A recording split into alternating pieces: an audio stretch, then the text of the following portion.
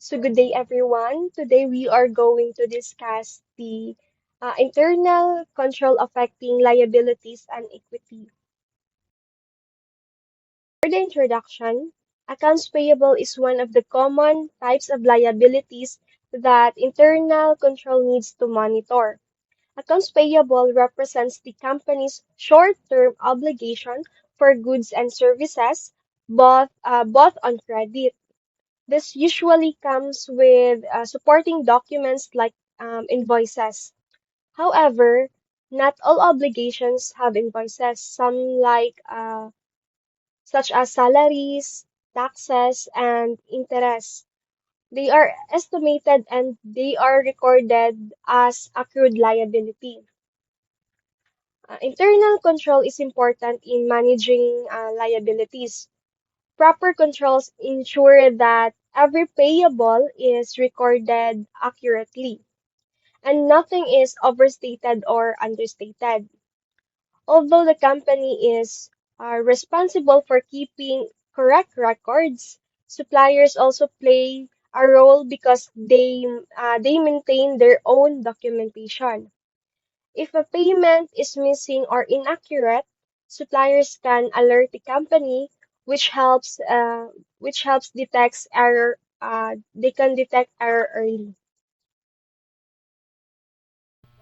So potential misstatements in the accounts payable are factors that increases their risk. First, we have inaccurate recording of a purchase or disbursement. This can happen through fraud, like when a bookkeeper issues a check to himself but records it as paid to a supplier.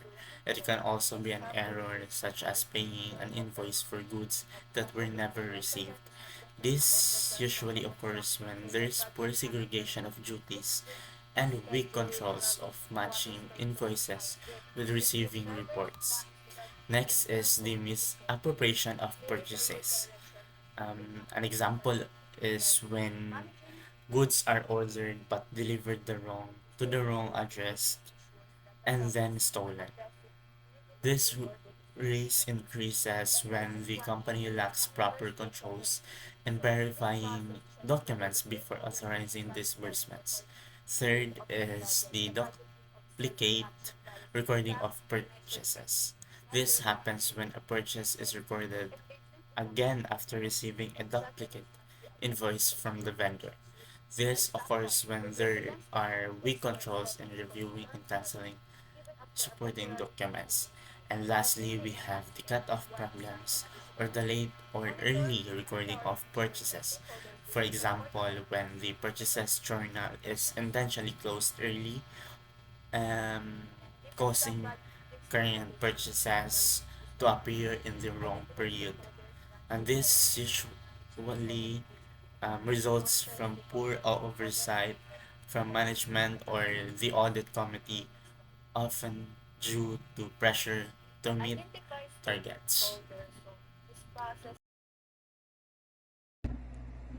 Internal control over other debts. Business corporation obtain substantial amounts of their financial resources by incurring debt and issuing capital stock. The acquisition and repayment of capital is sometimes referred to as the financing cycle. This transaction cycle includes the sequence of procedures for authorizing, executing, and recording transactions that involve bank loans, mortgages, bonds payable, and capital stock, as well as the payment of interest and dividends. So it means to ensure that all transactions involving the company's long-term financial obligations such as bank loans, mortgages, bonds payable, and capital stock are properly authorized, accurately recorded, and safely executed. These controls helps the business manage its financing activities, including acquiring funds, repaying debts, and paying interest and dividends to maintain the financial stability and prevent errors or fraud. Internal control over them, authorized by the Board of Directors. Effective internal control over them starts with proper authorization typically by the board of directors. The treasurer prepares a report detailing the needs for funds, the impact and future earnings, the company's financial position compared to the industry, and alternative financing methods. Board approval covers the choice of bank or trustee, type of security, SEC registration agreements with investment bankers, compliance with state requirements, and listing bonds on exchange after issuing long-term debt. The board receives a report showing the net proceeds and how they were used, such as for acquiring asset or adding to work capital. So the explanation is the internal control over debt helps a company make sure that the borrowing decisions are safe and properly managed. Before taking on a long-term debt, the board of directors must view and approve the plan, including why the money is needed and the best way to raise it. They authorize the bank, the type of loan or bonds, and ensure all the legal requirements are followed. After the debt is issued, the board receives a report showing the actual funds received and how they were spent. This control protects the company from financial mistake and misuse of borrowed money. Next reporter, please.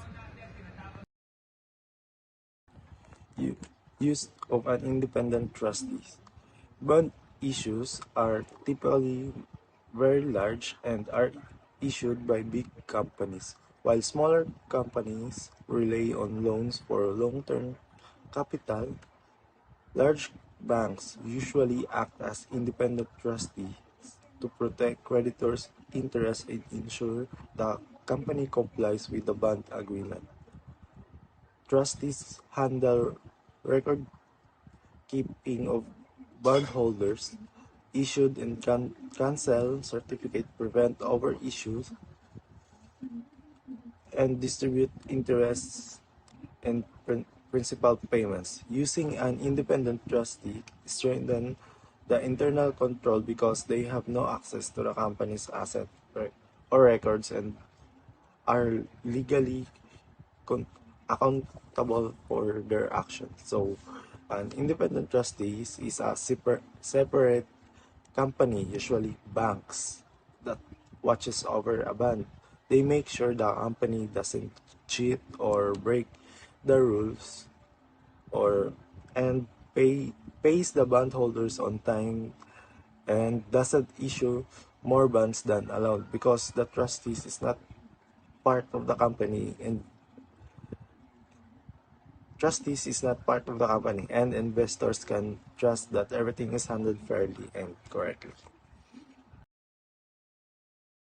So hello everyone, so here is my part. Interest payment on bonds and notes payable.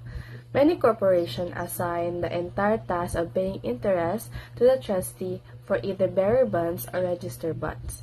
Highly effective control is then achieved since the company will issue a single check for a full amount of the semi-annual interest payment on the entire bond issue. When a company issue bonds, it must pay interest to the bond holders. It usually every 6 months semi-annually instead of the company handling all individual to each bondholder. Many corporations assign to this responsibility to a trustee, usually a bank or financial institution. There are two types of bonds involved, which is the bearer bonds and the registered bonds. Bearer bonds, whoever physically holds the bond gets the interest, while the registered bond interest is paid to the person whose name is recorded as the owner. To make this process easier, the more secure, the company gives the trustee one single check for the total amount of interest due on all bonds. The trustee then distributes the interest payment to the bondholders. Why is this system effective? So, bond control, the company only needs to process one-time payment instead of 1,000. Reduce errors. The trustee specializes in handling multiple payments accurately, and efficiency saves time and administrative workload for the company. So next reporter, please. Hello everyone, I will be the one who will report internal control over owner's equity. So, there are three principal elements of strong internal control over share capital and dividends. The first one is the proper authorization of transactions by the board of director and corporate office. So, only authorized individuals, usually the board of directors or corporate officers, should approve transactions related to share capital or issuing shares or repurchasing shares, and dividends or declaring and paying dividends. This prevents unauthorized or fraudulent changes in owner's equity. Second is the segregation of duties in handling these transactions, or preferably the use payments. So there are different people should handle different parts of the process to reduce errors and fraud. For owner's equity, this means separating the authorization, recording, and custody. Third is the maintenance of adequate records. This explains that the company must keep accurate and complete records of shares issued, shares outstanding, and shares holders list, and dividend declaration and payments. And last is changes in equity accounts. So that's all. Thank you. Control of share capital transactions by the board of directors. All changes in share capital required formal approval by the board of directors, including the number of shares, price, installment terms, and the valuation of non-cash contributions. Transfers from retained earnings, stock dividends, stock splits, and changes in par or stated value also need board authorization.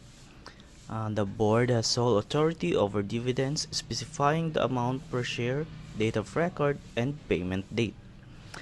Internal control on equity basically means the board of directors is in charge of anything that changes the company's share capital.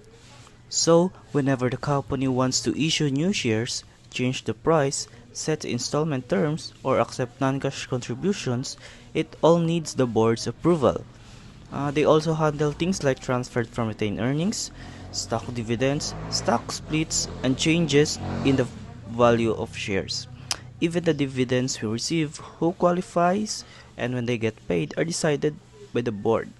In short, the boards make sure that all transactions involving shares are properly checked, approved, and handled fairly to protect the company and its shareholders.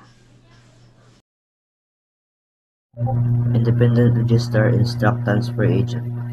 When evaluating internal control over share capital, auditors first consider whether the company used an independent share registrar and transfer agents or managed share transactions internally. Internal control is significantly stronger when independent agents are employed because banks or trust companies have specialized facilities, trained personnel, and expertise to handle the work accurately and efficiently. So, having the outside companies handle share records is better because banks or trust companies have trained staff, proper system, and experience. This makes shares transactions more accurately and safe. By placing responsibility for share capital certificates in separate and independent organization, the company achieves effective segregation of duties, reducing the risk of errors or fraud. This arrangement also ensures property record keeping, secure handling of certificates, and accurate processing of transfer, strengthening overall corporate governance and investor confidence. So, it also ensures good record keeping, safe handling in shares and certificates. So, basically, letting an independent company handling shares certificates helps prevents error or fraud. So, keep records safe and make investors trust the company more.